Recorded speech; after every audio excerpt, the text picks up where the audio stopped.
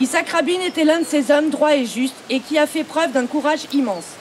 Vainqueur de la guerre des 6 jours, il abandonne son habit de chef de guerre pour celui de la politique et décide alors de discuter avec le leader de l'Organisation de libération de la Palestine, Yasser Arafat.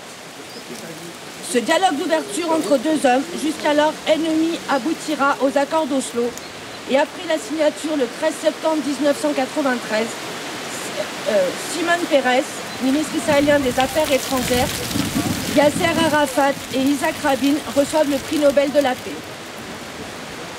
De cet accord historique signé il y a 30 ans, rappelons-le, un accord de paix basé sur un principe simple, une reconnaissance mutuelle de l'existence de deux États dans l'inconscient collectif. Il n'en reste qu'une photographie montrant une poignée de main entre deux dirigeants sous l'œil du président américain Bill Clinton. Cette poignée de main n'a pas suffi à endiguer la montée des oppositions grandissantes dans les deux camps. Et depuis cette date, les belligérants extrémistes, le Hamas islamiste et l'extrême droite israélienne, n'ont eu de cesse d'alimenter le climat de haine dans cette région du monde, berceau de l'humanité. En ce jour d'hommage, nous ne pouvons accepter l'idée qu'avec la disparition d'Yitzhak Rabin, nous aurions enterré définitivement les histoires de paix au Proche-Orient. Nous souhaitons au contraire conserver la mémoire de cette avancée alors inédite qui a porté une ébauche d'exécutif palestinien. En raison des événements du 7 octobre, en raison de ce qu'on doit appeler véritablement un pogrom, mais qui nous a anéantis et sidérés, nous avons hésité à maintenir cette cérémonie difficile. Elle n'a pas été facile à faire, mais voilà, nous espérons que ça donnera un peu d'espoir et que ça éclaircira un peu les possibilités d'un avenir. Alors cette cérémonie, nous tenons à la tenir chaque année et nous remercions bien entendu la mairie et les élus qui ont permis et qui nous accompagnent. Le tulipier a été planté dès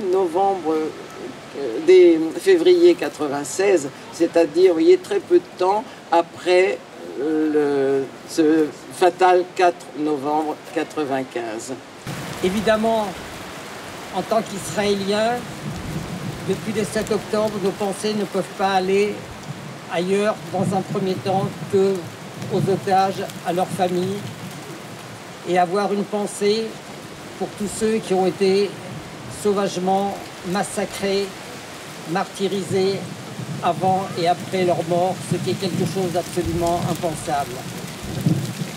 Depuis que Rabin a été assassiné, 28 années se sont écoulées et aujourd'hui on se retrouve devant une situation de guerre entre Israël et le Hamas à Gaza et les victimes sont nombreuses, victimes tant du côté israélien et bien sûr nous ne pouvons encore une fois en tant qu'Israéliens ne pas avoir une pensée pour eux, pour leurs familles, pour leurs proches, mais également aussi parce qu'Israéliens, parce qu'êtres humains, nous ne pouvons pas ignorer ce qui se passe à Gaza, le sort, la souffrance, la catastrophe qu'endure une population palestinienne qui, dans sa majorité, supportait plus le Hamas qu'elle ne le soutenait, qui donc est un otage mis en avant par le Hamas qui a délibérément provoqué cette guerre, sachant pertinemment le poids qui pèserait sur la population palestinienne,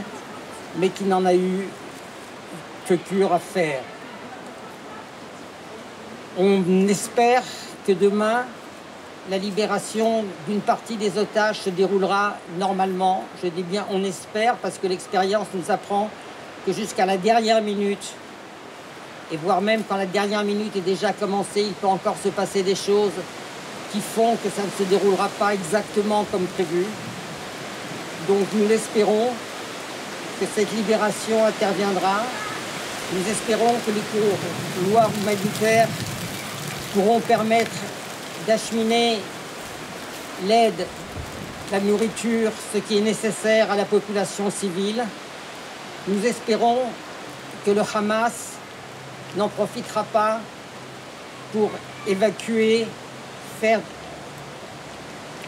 passer à d'autres endroits des otages, voire des responsables, car il est important maintenant que pour que la paix puisse se produire, le Hamas soit non pas éradiqué, c'est une formule un peu creuse, mais en tous les cas que sa force militaire et politique soit mise de côté à Gaza, parce que sans cela, rien ne pourra se faire.